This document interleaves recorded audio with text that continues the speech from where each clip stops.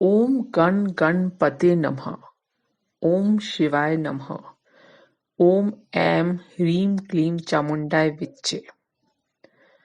आप सभी के हृदय में विराजमान प्रभु को मेरा नमस्कार है।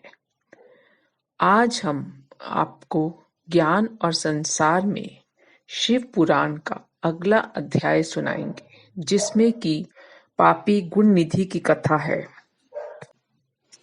जो कोई इस गुण निधि के चरित्र को पढ़ेगा सुनेगा, उसकी समस्त कामनाएं पूर्ण होंगी और उसे बड़ी सुख शांति प्राप्त होगी। तो चलिए हम इस चरित्र को आगे बढ़ाते हैं। ब्रह्मा जी बोले, हे नारद, कामीपल्य नगर में एक यज्ञ दत्र नाम का ब्राह्मण रहता था, जो यज्ञ विद्या में बहुत ही पारंगत था, होशियार था। उसका एक गुण निधि नामक पुत्र था, जिसकी आयु उस वक्त 8 वर्ष की थी। उसका यज्ञोपवीत हो चुका था और वह भी बहुत सी विद्याएं जानता था, परंतु पिता से जीत कर वह पुत्र जुआरी, खेलकूद और संलग्न और गाने बजाने वालों का साथी हो गया। माता के बार बार कहने पर भी वह पिता के समीप नहीं जाता था और पिता जो थे वो तो बार बार कहने पर भी वो उनकी बात नहीं सुनता था, क्योंकि जो पिता थे वो घर के कार्यों में ही व्यस्त रहते थे या दीक्षा आदि में संलग्न रहा करते थे। परंतु जब भी वो अपनी स्त्री से पूछते थे कि उनका पुत्र की गुण निधि कहाँ है, तो वह झूठ बोल देती थी कि वो कहीं स्नान करने गया है या देवताओं का पूजन करने गया है। क्योंकि उसका एक ही पुत्र था, इसीलिए माता जो थी वो अपने बेटे के साइड लेती थी और अपने पति से झूठ बोल देती थी, जबकि उसको पता था कि उसका पुत्र जो है गलत कामों में जुआरियों के साथ मिल चुका है। निदान गृह सूत्र के अनुसार दीक्षित ने उस पुत्र का विवाह भी करा दिया। अब माता नित्य प्रति पुत्र को समझाती रहती थी कि पिता तुम्हारे बड़े ही महात्मा हैं, किंतु उनका क्रोध भी बहुत विशाल है। अगर उनको तुम्हारी बुरी आदतों का पता चल गया तो वो तुम्हें छोड़ देंगे और हम दोनों को बहुत मारेंगे। परंतु माता के इस प्रकार समझाने पर भी उस लड़के पर कोई असर नहीं पड़ता था। एक दिन उसने अपने पिता के हाथ की अंगूठी को चुराकर किसी जुआरी को दे दिया। अब देव योग से पिता ने उस अंगूठी को जुआरी के हाथ में देखा और पूछा कि ये तुमने चोरी तो नहीं की? तो इस पर उसने बोला जुआरी ने कि ये तो तुम्हारे पुत्र ने ही मुझे लाके दी है, और यही अंगूठी नहीं, उसने तो बहुत सा धन भी बहुत सारे जुआरियों को दिया है। परंतु आश्चर्य की बात तो ये है कि आपके जैसा पंडित भी अपने पुत्र के लक्षण को नहीं जान सका। यह सुनकर लज्जा के कारण दीक्षित का सिर झुक गया। उसे बहुत दुख हुआ कि उसका बेटा जुआरियों को घर की चीजें ला ला के दे रहा है और उसको इस बात का बिल्कुल भी पता नहीं है। ये सोचकर जो पंडित था वो घर गया और अपनी पत्नी से बोला, अरे धूर्त पत्नी, भला यह तो बताओ कि तुम्हारा लाडला पुत्र कहाँ गया है?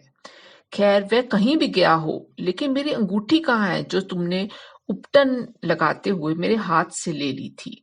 सत्य तो यह है कि तुम अपने को बहुत सत्यवादिनी कहती हो, लेकिन जब भी मैं तुमसे पूछता हूँ कि तुम्हारा पुत्र कहाँ है, तब तुम मुझे अपनी बातों में बहला देती हो। पत्नी ने ऐसा कहते हुए यज्ञदत्त जब घर की अन्य चीजों को ढूंढने लगा तो उसको वहां कोई भी चीज ना मिली, क्योंकि पुत्र ने उन सबको जुए में ही लुटा डाला था। और सारा दोष जब यज्ञदत्त को अपनी पत्नी का लगा तो उसने उस दीक्षित ने हाथ में जल लेकर पुत्र और पत्नी दोनों को तिलांजलि दे दी और दूसरा विवाह कर लिया। ब्रह्मा जी बोले, हे नारद, जब यह समाचार दीक्षित के पुत्र को मिला तो वह घर छोड़कर कहीं दूर चला गया। भूखा प्यासा पीड़ित वह संध्या के समय एक शिव मंदिर में जाकर बैठ गया। जब एक शिव भक्त अपने परिवार सहित शिव पूजन के लिए अनेकों सामग्री लेकर मंदिर में आया, और जब वह शिव की पूजा कर रहा था तो घर से लाए हुए पकवान आदि भगवान जी पे चढ़ाए तो भूख से पीड़ित यज्ञदत्त का पुत्र जो था, गुणनिधि जिसका नाम था, उसे ग्रहण करने के लिए मंदिर की आड़ में छिपकर देखता रहा। और जब वो पूजन करके पकवान आदि चढ़ाकर विश्राम करने लगे तो उनकी आंख में जैसे ही झपकी लगी तो यज्ञदत्त का पुत्र गुणनिधि धीरे से उठा और मंदिर की आड़ में छिपकर उसने पकवान आदि जो चढ़ाया हुआ था उनको धीरे से उठा लिया और जितना भी भोग चढ़ाया हुआ था वो सब लेके चंपत हो गया। किंतु उसी क्षण उसके पैरों की आहट से सोए हुए लोग जाग उठे और चिल्लाते हुए उसके पीछे दौड़े। अब नगर के लोगों ने उसे खदेड़ा और नगर के रक्षकों ने उसे भागते हुए ऐसा मारा कि क्षण भर में ही वह मर गया। और अभी तो उसने जो भगवान पे चढ़ाया हुआ प्रसाद था उसे खाया भी नहीं था। और उसी वक्त यम के दूत आए और उसे बांध कर ले जाने लगे। परंतु ज्यों ही वो उसको अपने विमान में बिठा कर ले जाने लगे तभी त्रिशूलधारी शिवजी के पार्षद भी उसे लेने आ गए और बोले, हे यमदूतों, अब तुम इस परम धर्मात्मा को छोड़ दो क्योंकि अब इसका कोई पाप शेष नहीं रहा। तो यम के दूतों ने शिवजी के गणों को नमस्कार करके कहा, आप नहीं जानते यह बड़ा पापी है और अपने धर्म कर्म से हीन है, कुल के आचरण से हीन, अपने पिता का बड़ा शत्रु है। देखो, इसने शिवजी का जो प्रसाद था उसे भी चुरा लिया। तब शिवजी के गणों ने यमदूतों से बोला, हे यमदूतों, इस यज्ञदत्त के पुत्र ने जहां बहुत से पाप किए हैं वहां इसने पाप रहित कर्म भी किए हैं। इसने शिवलिंग के सिर पर गिरती हुई दीपक की छाया का निवारण किया और रात में इसने अपने वस्त्र को फाड़कर दीपक में बत्ती डाली। प्रसंगवश इसने शिव गुणों का श्रवण भी किया तथा ऐसे ही और भी अनेक धर्म कर्म किए। व्रत रहकर इसने शिवजी का दर्शन तथा पूजन भी अनेक बार किया।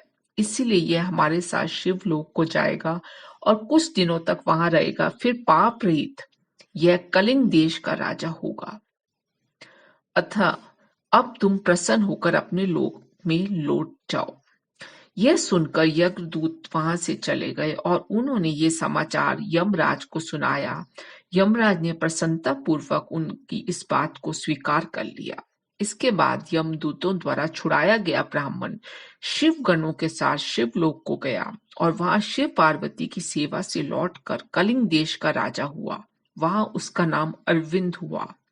हे नारद, शिवजी की थोड़ी सी भी सेवा बहुत फलदायक होती है। इस यज्ञदत्त के पुत्र गुणनिधि के चरित्र को जो पढ़ेगा सुनेगा उसकी सारी कामनाएं पूर्ण होंगी और उसे बड़ी सुख शांति प्राप्त होगी। अब हम आगे गुणनिधि के चरित्र को बढ़ाते हैं।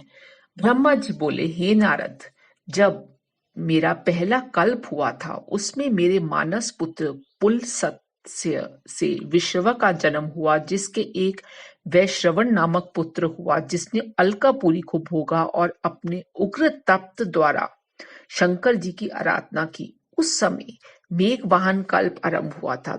अब अलकापुरी अधीश्वर के उग्र तप को देखकर शंकर जी प्रकट हुए और उसे साक्षात दर्शन दिए और उसने कहा, हे शिव जी, आपके तेज से मेरे नेत्र बंद हो गए हैं, अतः अपने चरण कमलों के दर्शन करने की सामर्थ्य मेरे नेत्रों को दीजिए। आपको नमस्कार है।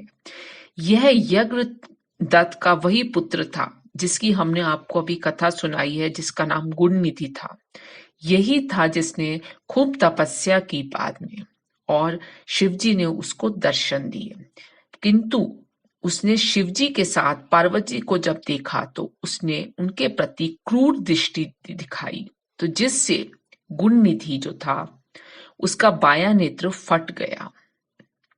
शिवजी ने पार्वती जी से कहा, यह तुम्हारा पुत्र है और तुम्हें क्रूर दृष्टि से अब नहीं देखेगा।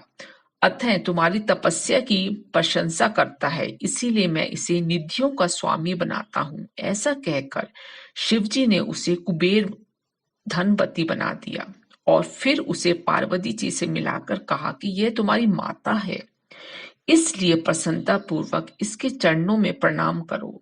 इसके बाद शिवजी ने उमा से कहा, हे देवेश तपस्विनी, यह तुम्हारा अंगज पुत्र के समान है, इस पर आप प्रसन्न हुए और उसे आशीर्वाद प्रदान कीजिए। तब जगदम्बा पार्वती जी प्रसन्न होती हुई उस यज्ञदत्त के पुत्र जो गुणनिधि था उससे बोली, हे वत्स, तुम्हारी शिवजी में सदैव निर्मल भक्ति बनी रहे। तुमने जो बाएं नेत्र से तिरछे होकर मुझे देखा है, इसलिए तुम्हारा बाएं नेत्र तो अवश्य ही नष्ट रहेगा। इसके बाद श्री महादेव जी ने उसे वैश्वेश्वर नामक स्थान में कुबेर बनाकर नियुक्त कर दिया और स्वयं भी उसकी अलकापुरी नामक महानगरी के पास ही अपना कैलाश नामक स्थान नियत कर लिया। यही जो यज्ञदत्त का पुत्र गुणनिधि था, यही कुबेर हुए और इन्होंने कुबेर जी ने कैलाश पर्वत पर तप करना शुरू किया और उनके तपोबल से शिवजी वहां पहुंचे। कुबेर को कठिन तप करते हुए देखकर ब्रह्मा के अंश से उत्पन्न रुद्र शिवजी की इच्छा से वहां जाने के लिए उत्सुक हुए और बड़े जोर जोर से अपना डमरू बजाने लगे, जिसकी घोर ध्वनि तीनों लोकों में व्याप्त हो गई। तब विष्णु भगवान और ब्रह्म आदि सब देवता तथा ऋषि मुनि एवं वेद शास्त्र सिद्ध लोग भी मूर्त होकर वहां जा पहुंचे। साथ ही असंख्य गणों सहित अपनी लाखों करोड़ों की भयावनी भूत प्रेतों की सेना के साथ स्वयं शिवजी ब्रह्मा और विष्णु को साथ में लेकर बड़े प्रेम से रुद्र रूप शिवजी के दर्शन करने के लिए वहां जा उपस्थित हुए। उस समय स्वयं शिवजी को वहां आया देखकर महात्मा कुबेर, जो कि पहले जन्म में गुणनिधि था, उसने आसन से उठकर आदर पूर्वक अनेक प्रकार की सामग्रियों एवं भेंट दक्षिणा आदि से परिवार सहित उनकी पूजा की और आलिंगन करके अलकापुरी के समीप ही ले जाकर उन्हें निवास करा दिया। तदुपरांत शिवजी ने विश्वकर्मा को बुलाकर कैलाश पर्वत पर ही अपने भक्तों और अनुचरों के लिए निवास स्थान बनाने की आज्ञा दी। तब विश्वकर्मा ने आज्ञा पाते ही अनेक प्रकार के सुंदर निवास स्थान बना दिए। इस अवसर पर श्री हरि की प्रार्थना से शिवजी बहुत प्रसन्न हुए। इसके बाद कुबेर पर कृपा करके शिवजी कैलाश पर्वत पर गए और एक सुंदर शुभ मुहूर्त देखकर उसमें प्रवेश किया। तब विष्णु आदि देवता बहुत आनंदित हुए। मुनि एवं सिद्धगणों ने भी आनंद पूर्वक शिवजी का अभिषेक किया। तब पार्वती सहित शिवजी सिंहासन पर विराजमान हुए तो विष्णु आदि सभी देवताओं ने आकर अलग अलग उनकी स्तुति की। इसके बाद समस्त देवता अपने अपने स्थानों को चले गए। इस तरह से कुबेर जी की तपस्या को देखकर उनके समीप ही कैलाश पर्वत पर शिवजी ने आकर अपना निवास स्थान बना लिया। चलिए आज हम अपनी शिव पुराण की इस गुण निधि और कुबेर की कथा को यहीं समाप्त करते हैं और बहुत ही जल्द हम आपसे शिव पुराण के अगले अध्याय में मिलेंगे। तब तक के लिए नमस्कार। और अगर आपने हमारा चैनल अभी तक सब्सक्राइब नहीं किया है तो आप इसे अवश्य सब्सक्राइब कीजिए और हमारे अन्य वीडियोस भी जरूर देखिए जो हमने अभी तक शिव पुराण के ऊपर बनाए हैं। धन्यवाद।